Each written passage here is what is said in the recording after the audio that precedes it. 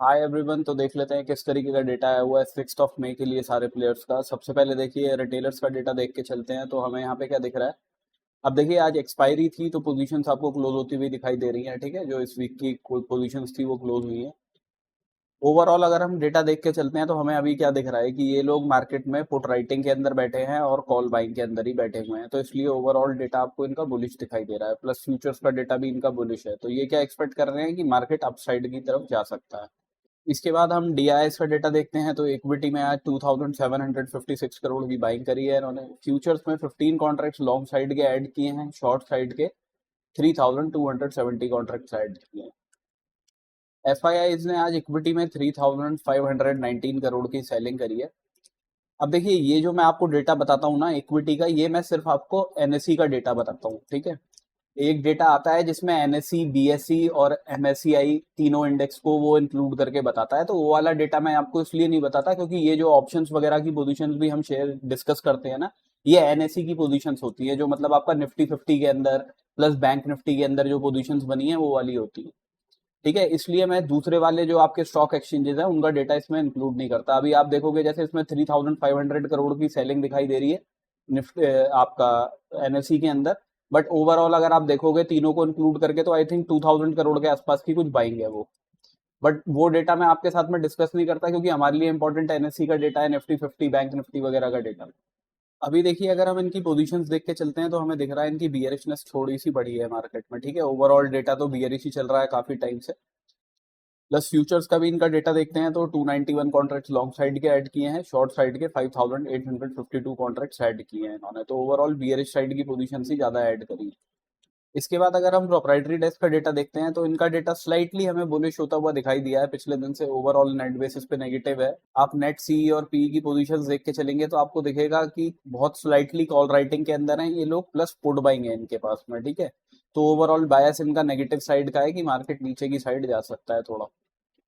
अभी देखिए निफ्टी की ऑप्शन चेन देखते हैं तो पीसीआर 0.95 चल रहा है। ऑल्दो आज ऑप्शन चेन डिस्कस करने का पॉइंट नहीं है एज सच, बिकॉज कल से प्रॉपरली बननी शुरू होगी ये वाली ऑप्शन चेन, तो तभी आप देखना 24,000 वाले लेवल पे ही कॉल राइटिंग और पुट राइटिंग मैक्सिमम हुई है। कल से ही प्रॉपरली बनेगी तो तभी से देखेंगे। ऑल्दो कुछ पोजीशंस दिखाई दे रही हैं कि इंदा मनी के अंदर कॉल राइटर्स ने पोजीशंस बनाई हुई है, इंदा मनी के अंदर पुट राइटर्स ने अपनी पोजीशंस क्लोज करी है। ठीक है, तो अगर मार्केट कहीं गैप अप वगैरह खुल के ऊपर की साइड चलना शुरू करता है ना तो शॉर्ट कवरिंग को ट्रिगर कर सकता है। इसका ध्यान रखिएगा कि ये वाली पोजीशंस को देखिएगा आप 23,700 23,800 पे कि ये वाली पोजीशंस चेंज इन हुआ है, यहाँ पे नेगेटिव हो रहा है या ऐड हो रहा है। अगर नेगेटिव हो रहा हो तो चांसेस है मार्केट शॉर्ट कवरिंग जनरेट करे।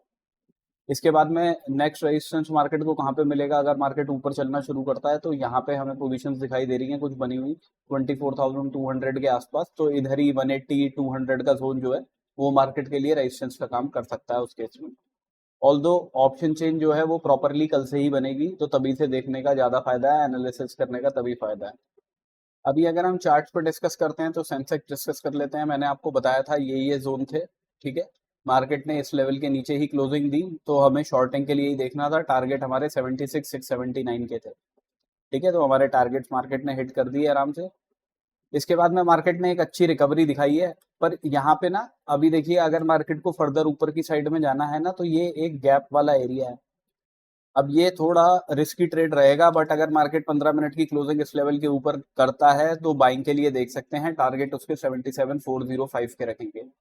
ठीक है, ऑल दो बिकॉज यहाँ पे आरएसआई डाइवर्जेंस बनने के चांसेस इतने ज्यादा है नहीं। मार्केट थोड़ा जब आरएसआई 70 के ऊपर निकलती है ना तभी आरएसआई डाइवर्जेंस वगैरह देखें तो ज्यादा अच्छा है वहीं पे, क्योंकि यूजुअली आपको बनती हुई भी दिखाई देगी जैसे इस वाले केस में दिखाई दी। ठीक है, तो ये अगर मिड लेवल पे 50-60 के आसपास बन रही है तो उसका पॉइंट नहीं है, थोड़ा ऊपर 70-75 के आसपास कहीं बने तो ज्यादा अच्छा है। और बाकी आप बैक टेस्ट करके देख भी सकते हो इन सब चीजों को। आरएसआई की लोग सेटिंग पूछते रहते हैं मेरी, तो आरएसआई पे मैंने 9 कैंडल्स की सेटिंग करी है। बाय डिफॉल्ट 14 कैंडल्स की आती है, तो उसको आप अगर चेंज करना चाहें तो 9 पे कर दीजिएगा। अब बिकॉज 9 वाली मैं बहुत टाइम से यूज कर रहा हूँ तो मैं 9 ही यूज करता हूँ। ऐसा कोई स्पेसिफिक रीजन नहीं है कि आप 14 क्यों नहीं यूज करते, 9 क्यों यूज करते हो, वो बस पुराने टाइम से वो यूज कर रहा हूँ तो उसलिए। अगर मार्केट 15 मिनट की क्लोजिंग इस लेवल के नीचे देगा तो शॉर्टिंग के लिए देखेंगे टारगेट 76,691 के रहेंगे पहले। दूसरे टारगेट्स अपने रहेंगे 76,458 के। ठीक है, तो ये दो टारगेट्स हैं नीचे की साइड में। मैक्सिमम क्वांटिटी आप अपने पहले टारगेट पे ही बुक करोगे, उसके बाद में कुछ क्वांटिटी को आप लेके जाओगे 76,458 के लिए। ऊपर की साइड में अगर क्लोज करता है तो बाइंग के लिए देख सकते हैं टारगेट 77,405 के। इसके ऊपर फर्दर निकलता है मार्केट तो देखिए नेक्स्ट टारगेट आपके 77,620 के रहेंगे। तो इन दो लेवल्स को मार्क करके रखिएगा, ठीक है, ऊपर की साइड। निफ्टी में अगर देख लेते हैं, देखिए 15 मिनट की क्लोजिंग इस लेवल के ऊपर आएगी तो बाइंग के लिए देख सकते हैं पहले टारगेट्स तो यहाँ तक के ही रखेंगे। ये लेवल है आपका 25,140 के आसपास का। पहले टारगेट्स ये रहेंगे, मैक्सिमम क्वांटिटी यही बुक कीजिएगा। उसके बाद में देखिए एक दूसरा टारगेट जो है वो बहुत पास का है 24,173 का, ठीक है। तो ये तो बहुत पास के लेवल्स हो गए। इसके ऊपर का जो लेवल रहेगा वो रहेगा 24,221 का, ठीक है। तो पहला 140, फिर 173 और उसके ऊपर 221। तो ये तीन लेवल रहेंगे आपके अगर 15 मिनट की क्लोजिंग इसके ऊपर आती है। 23,988 के नीचे निकलता है, सॉरी 998 के नीचे 15 मिनट की क्लोजिंग आती है तो पहला टारगेट 23,941 का। मैक्सिमम क्वांटिटी यही बुक करेंगे। इसके बाद का जो लेवल है वो है 23,858 का।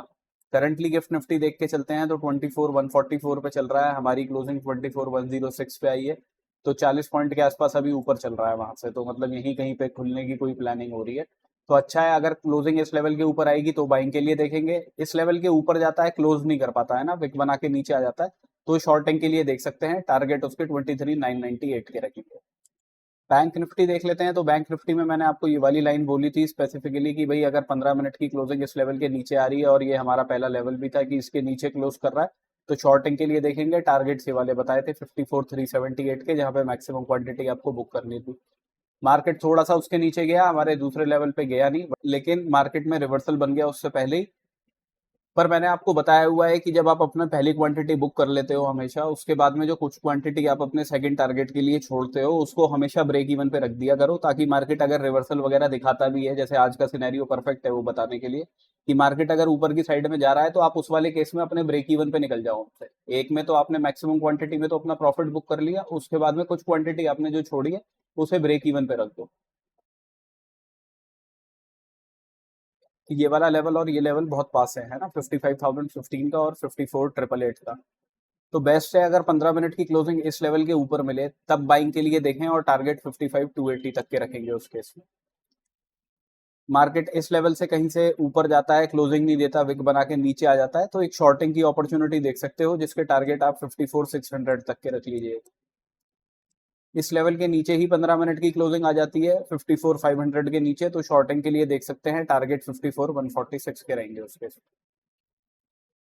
अगर क्लोजिंग आती है इस लेवल के नीचे तब। So this is my analysis for tomorrow. Thank you for watching my video, guys. Have a good day.